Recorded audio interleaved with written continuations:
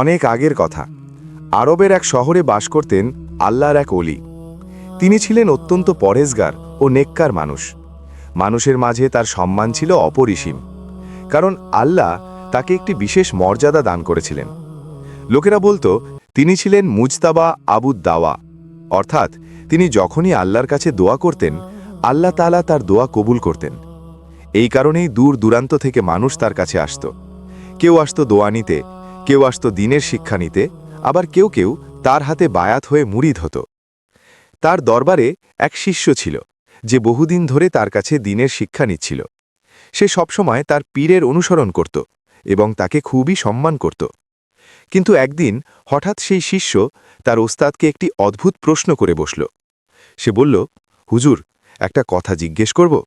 আমি অনেক দোয়া করি, কিন্তু আমার দোয়া যেন কবুল হয় না, অথচ আপনি দোয়া করলে আল্লাহ কবুল করেন।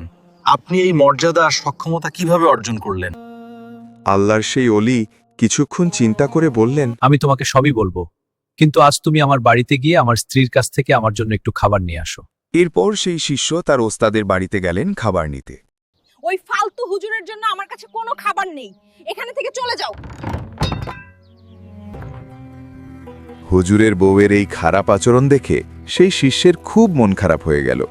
সে মনে মনে ভাবতে লাগল, কিভাবে এত ভালো মানুষ একজন আল্লাহর অলির স্ত্রীর ব্যবহার এত খারাপ হতে পারে। অনেকক্ষণ বিষয়টা ভেবে সে সিদ্ধান্ত নিল, যেহেতু হুজুরের স্ত্রী তাকে খাবার দিল না, তাই সে বাজারের দোকান থেকে হুজুরের জন্য খাবার কিনে নিয়ে যাবে। এরপর সে কাছের একটি দোকানে গিয়ে হুজুরের জন্য খাবার কিনে আবার হুজুরের কাছে ফিরে এলো এবং হুজুরকে খাবার দিল। হুজুর খাবারটা নিলেন, কিন্তু কি যেন একটা চিন্তা করলেন।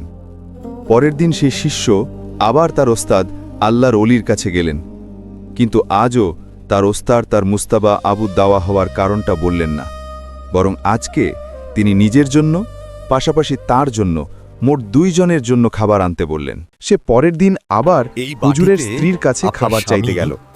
আমাদের হুজুর 2 জনের জন্য পর্যাপ্ত খাবার দিতে বলেছেন। ওই ফালতু হুজুরের জন্য আমার কাছে কোনো খাবার নেই, আর কখনো ওই ফালতু হুজুরের জন্য আমার কাছে আসবে না, এখানে থেকে চলে যাও। আজকেও হুজুরের স্ত্রী খাবার দিল না, তাই সেই শিষ্য খুব মন খারাপ করল। সে ভাবতে থাকল, খাবার ছাড়া কিভাবে হুজুরের সামনে যাব। আজকেও হুজুরের জন্য খাবার কিনে নিয়ে যেতে হবে। তাই দোকান থেকে হুজুরের জন্য খাবার কিনে নিয়ে গেল। আজকেও হুজুর খাবার নিলেন এবং কি যেন একটা চিন্তা করলেন।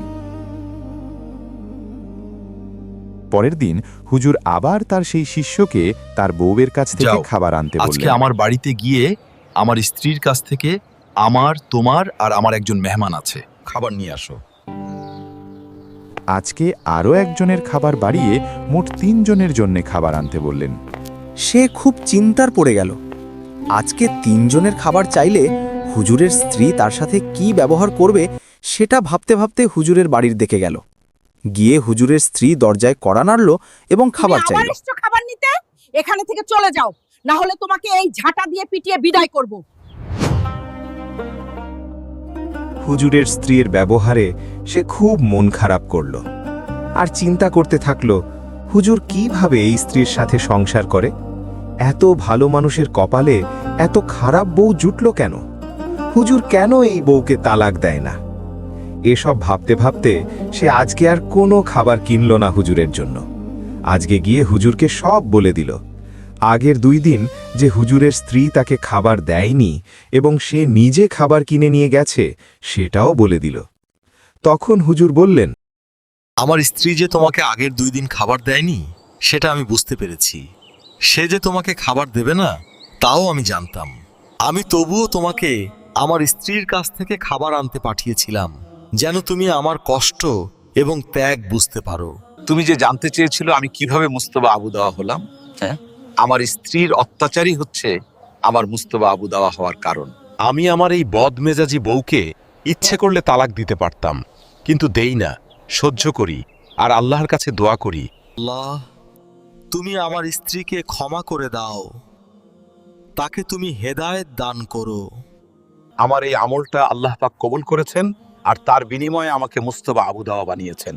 এজন্যই আমি দোয়া করলে দোয়া কবুল হয়। হুজুরের এই মুজতাবা আবু দাওয়া হওয়ার কথা শুনে তার শিষ্যের মাথা যেন ঘুরে গেল। তখন সে বুঝতে পারল হুজুর তার জীবনে নিজের স্ত্রীর কত অত্যাচার নীরবে সহ্য করেছেন, আর হয়তো সেই কারণেই আল্লাহ তাআলা তার এই ধৈর্য, সহনশীলতা আর ত্যাগকে এত বেশি পছন্দ করেছেন। আসলে মানুষ শুধু নিজের আমল দিয়েই আল্লাহর এত কাছাকাছি যেতে পারে না। আল্লাহর ওলি হতে হলে শুধু আমলই যথেষ্ট নয়, প্রয়োজন এমন কোনো বড় ত্যাগ যা মানুষ একমাত্র আল্লাহর সন্তুষ্টির জন্যই নীরবে সহ্য করে।